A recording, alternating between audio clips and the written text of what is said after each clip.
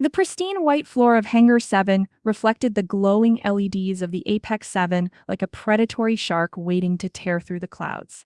This wasn't just a plane, it was a $100 million statement of ego, and tonight it was supposed to carry Silicon Valley's most volatile billionaire, Julian Sterling, across the Atlantic. But there was one man standing between the open airframe and the runway. Elias, the senior legal compliance officer, stood there with his digital tablet, a gray shadow in a room full of neon success. He hadn't moved for 3 hours. He hadn't blinked. His finger was hovering over the grounding order button, and the atmosphere was thick with the smell of expensive jet fuel and impending career suicide. Elias, sweetie, look at yourself, Sarah, the operations director walked toward him with a glass of vintage crystal in one hand and a condescending smile that didn't reach her cold, calculating eyes. She adjusted his tie with a motherly pat that felt like a slap. You're sweating. It's such a bad look for a man of your limited stature. We're all here trying to change the world, and you're standing here holding a digital ruler, trying to measure the wind. Isn't it exhausting being the person everyone wishes wasn't in the room? The ground crew, 20 men in matching Navy jumpsuits, chuckled in unison. Marcus, the star firefighter engineer, leaned against the landing gear, tossing a heavy titanium bolt in the air and catching it with a smirk. He's not just exhausting, Sarah. He's a parasite. He lives in the 48-hour audit window because he knows that without his precious paperwork, nobody would even remember his name. He's a speed bump on the highway of progress. Marcus walked over, his chest puffed out, and stood so close to Elias that their breaths mingled. I bypassed the secondary cooling loop, Elias. I did it in 40 minutes while you were busy filing a report about the fonts on the safety stickers. The system is green. The client is happy. Why are you still breathing my air? Marcus didn't wait for an answer. He reached out and snatched the tablet from Elias's hand, holding it high above his head like a trophy. Look at this. A 48-hour hold request because of a missing stress test certification for a part I personally installed. I'm the lead engineer, you pencil-pushing coward. My word is the certification. Sarah let out a soft musical laugh that cut deeper than Marcus's shouting. She turned to the crowd of flight attendants and junior executives, gesturing toward Elias as if he were a museum exhibit of a dying species. You see, everyone, this is a lesson in why some people stay in the basement while others touch the stars. Elias thinks that the world is made of rules. He thinks that if he sticks to his little 48-hour ritual, he's protected. But Elias, dear, rules are for the people who don't have the talent to lead. You aren't protecting the plane. You're just trying to feel important because your life is incredibly tragically small. She leaned in, her perfume cloying and sweet, whispering just loud enough for the billionaire Julian Sterling to hear as he walked up the boarding stairs. The board doesn't even know your last name. Elias, to them, you're just a line item labeled administrative burden. And tonight, I'm deleting that line. She took the tablet from Marcus and, without breaking eye contact with Elias, dropped it into a nearby trash bin filled with oily rags. The screen cracked. The red grounding warning flickered and died. Julian Sterling paused at the top of the stairs, looking down at Elias with the same expression he'd use for a bug on his shoe. Is this the one? He asked, his voice like grinding stones. Sarah nodded, her face glowing with feigned sympathy. He's just a little overwhelmed, Julian. He's from the old school, the school of mediocrity and fear. He's been trying to hold up your flight because he doesn't understand the speed of your vision. Sterling snorted, a sound of pure disgust. Get him out of my sight. If he's still on the property when I land in London, consider his entire department liquidated. Marcus stepped forward, grabbing Elias by the shoulder of his cheap suit jacket, twisting the fabric. You heard the man. The firefighter just put out your little bureaucratic flame. Go home and update your resume, though I doubt anyone needs a specialist in being a total loser. He shoved Elias toward the hangar exit, the heavy steel doors beginning to groan shut as the Apex 7's engines began their low, hungry whine. Elias stumbled, his shoes scuffing the perfect floor, as the entire room erupted in a final mocking round of applause. Sarah just stood there, sipping her champagne, watching him fall with a look of pure maternal disappointment. It's for your own good, Elias, she called out over the roar of the engines. Maybe now you'll finally find a job where your cowardice is an asset. The heavy hangar doors slammed shut with a final metallic thud, leaving Elias standing in the freezing rain of the tarmac. Behind the reinforced glass of the VIP lounge, he could see Sarah raising her glass to Julian Sterling, her laughter visible even if it was drowned out by the scream of the jet engines. He looked like a drowned rat, his cheap tie plastered to his neck, staring at the trash bin where his authority had just been discarded. Marcus was already in the cockpit, leaning out the window to give Elias a final mocking middle finger as the Apex 7 began to taxi toward the runway. It was the perfect image of defeat. The speed bump had been flattened, the parasite had been purged. Elias reached into his soaked pocket, his fingers trembling, and pulled out a small secondary burner phone, the one the board didn't know existed. "Elias? Are you still standing there?" Sarah's voice crackled through the tarmac's intercom system, dripping with that nauseating, motherly pity. "I can see you on the security feed, dear. It's truly pathetic. Go home. I've already sent the termination notice to HR. I marked it as failure to adapt to company excellence. I'm doing this for you, Elias. You need to be in a place where mediocrity is celebrated, not here among giants. Please. Stop embarrassing yourself and move before the jet blast knocks you over. You've already lost your job, don't lose your dignity in the mud." Elias didn't move. He didn't look at the intercom. He dialed a 3-digit extension that bypassed the company's internal servers and went straight into the Apex 7's redundant flight management system. Inside the cockpit, Marcus was basking in the glow of the multi-million-dollar avionics suite, his hand on the throttle, ready to give Sterling the ride of his life. Suddenly, the primary flight display flickered. A single, amber window popped up, obscuring the artificial horizon. It read, "Critical compliance lock. Secure audit pending." Marcus scowled, his thumb frantically mashing the clear button. "What the hell is this?" he muttered, his arrogant smirk twitching into a mask of irritation. "Elias, you little cockroach. What did you do?" "Marcus, is there a problem?" Julian Sterling's voice boomed from the luxury cabin, the sound of a man who owned senators and hated waiting. Sarah froze in the lounge, her glass of crystal halfway to her lips, watching the Apex 7 grind to a halt just yards from the takeoff line. She rushed to the radio, her voice losing its calm, melodic edge. "Marcus, why aren't you moving? Sterling has a meeting in London in 6 hours." Marcus was sweating now, his fingers flying across the backup keypad. "The bypass, it's being overridden.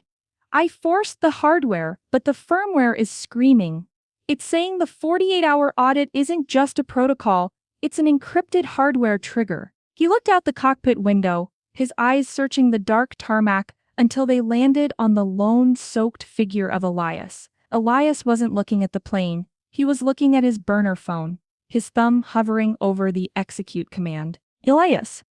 Sarah's voice shrieked over the intercom, the mask of the kind teacher finally cracking. "Stop this childish tantrum right now. Do you have any idea who is on that plane? You are interfering with a global executive mission. I will have you arrested. I will make sure you never work in aviation again, even as a janitor."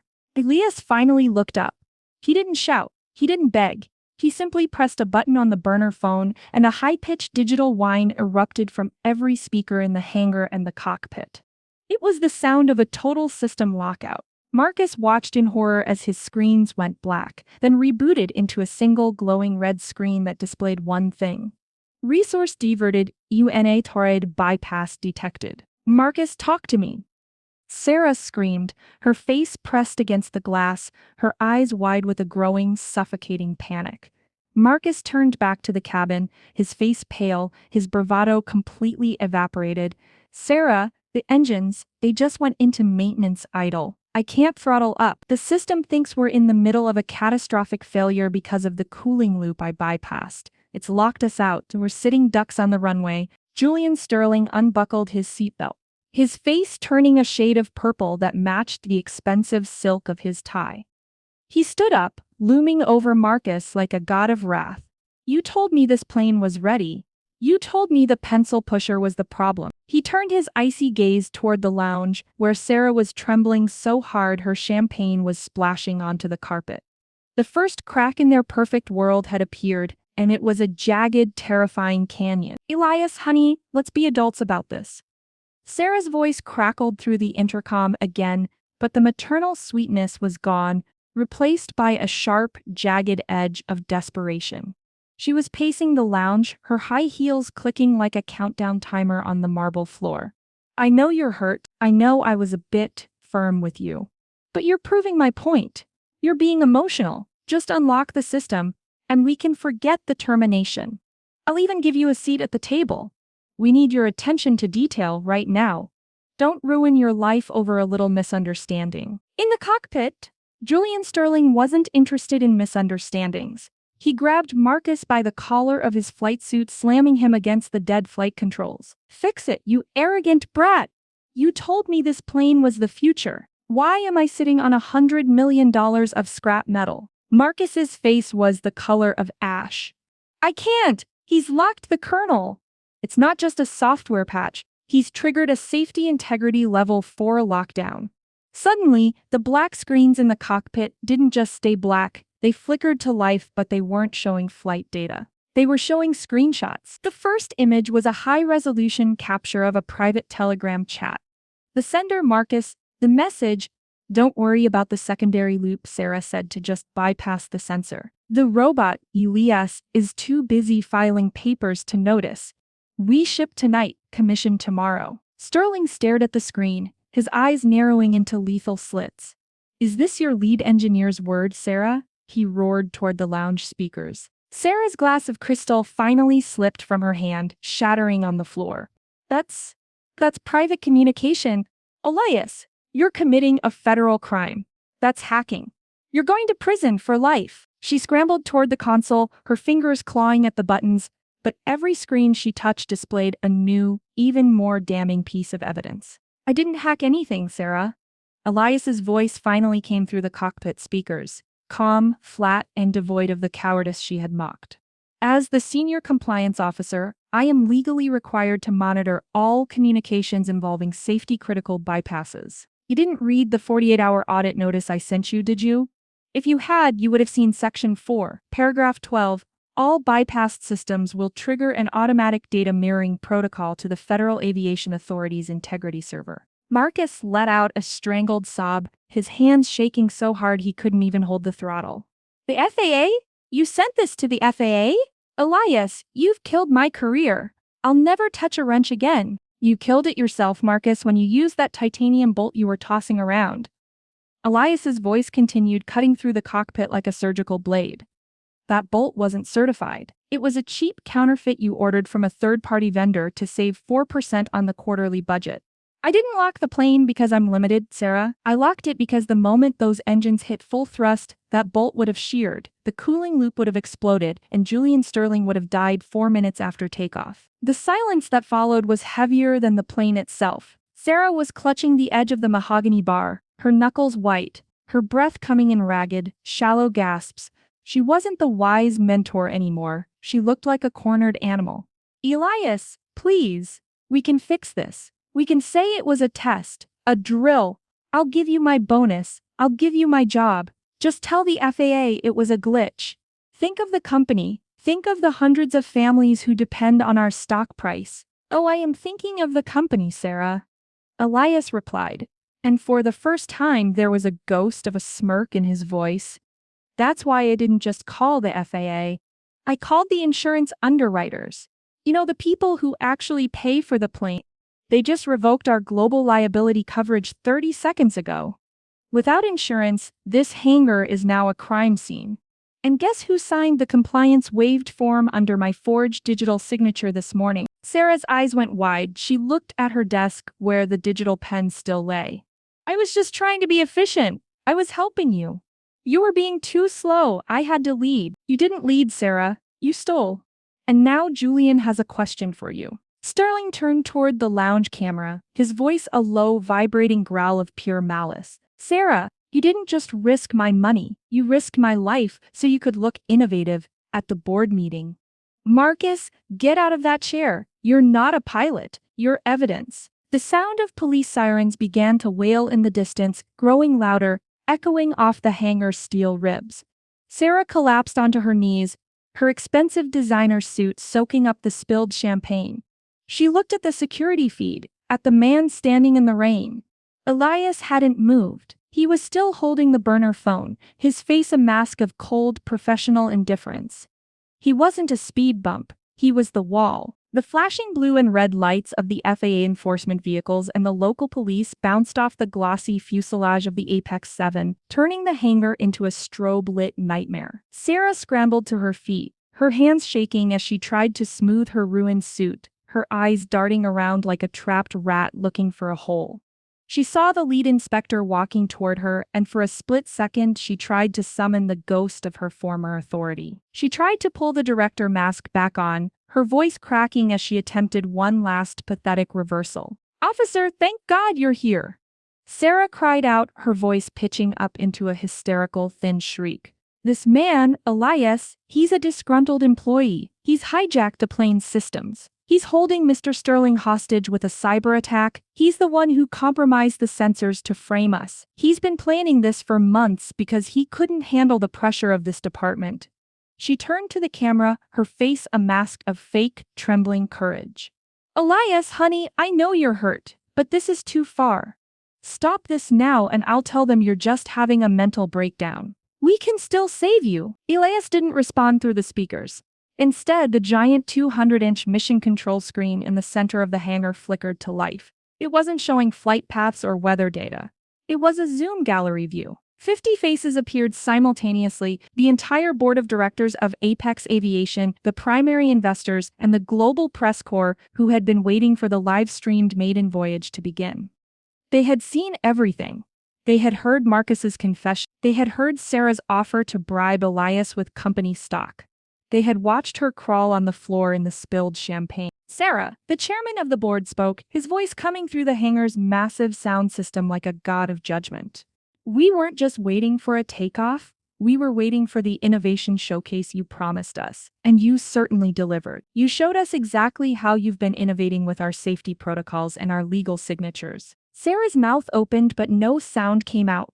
Her knees buckled again, and she had to grab the edge of a trash bin, the same trash bin where she had thrown Elias's tablet, just to stay upright. The irony was a physical weight, crushing the air out of her lungs. "And Marcus," the chairman continued, his voice dripping with disgust, "the firefighter is officially extinguished. Your engineering license was revoked by the board 5 minutes ago. We've already contacted the prosecutor regarding the counterfeit parts. You'll have plenty of time to bypass the rules in a federal cell." Marcus didn't even look up. He sat on the hangar floor, head in his hands, sobbing like a child. But Sarah wasn't done being humiliated. She looked at the screen, her eyes wide and bloodshot, seeing the faces of the people who used to fear her now looking at her with nothing but pity and revulsion. "Elias," Sarah whispered, her voice barely audible over the rain. "Why? We could have been a team. I taught you everything. I was trying to make you better. I was giving you a lesson in how the world really works." The hangar doors creaked open and Elias walked in. He was still wet from the rain, his cheap suit dripping onto the pristine floor, but he didn't look like a parasite anymore. He walked past the police, past the sobbing Marcus, and stopped exactly 3 feet from Sarah. He looked at her, his expression as flat and unreadable as a legal brief. "You did give me a lesson, Sarah," Elias said, his voice quiet but echoing in the sudden silence of the room. "You taught me that rules are for people who don't have the talent to lead. You said that, remember? Well, I realized I didn't have the talent to lead your way, the way of lies and forged signatures. So I decided to lead my way. The way where the pencil pusher is the one who decides if you get to fly or if you get to fall." Sarah reached out, her fingers clawing at the air, trying to find one last word, one last insult, one last motherly piece of advice to regain her status. You're still just a what, Sarah?" Elias stepped closer, his shadow falling over her. "A speed bump? A line item to be deleted? Look at the screen, Sarah.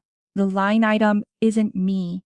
It's you." At that exact moment, the chairman's voice boomed one last time. "Sarah Jenkins, you are terminated for cause, effective immediately. Your access to all company assets, including your legal defense fund, is frozen. Officers, please remove that woman from my hangar." The lead police officer stepped forward, the cold metallic click of the handcuffs echoing like a gunshot. Sarah didn't fight.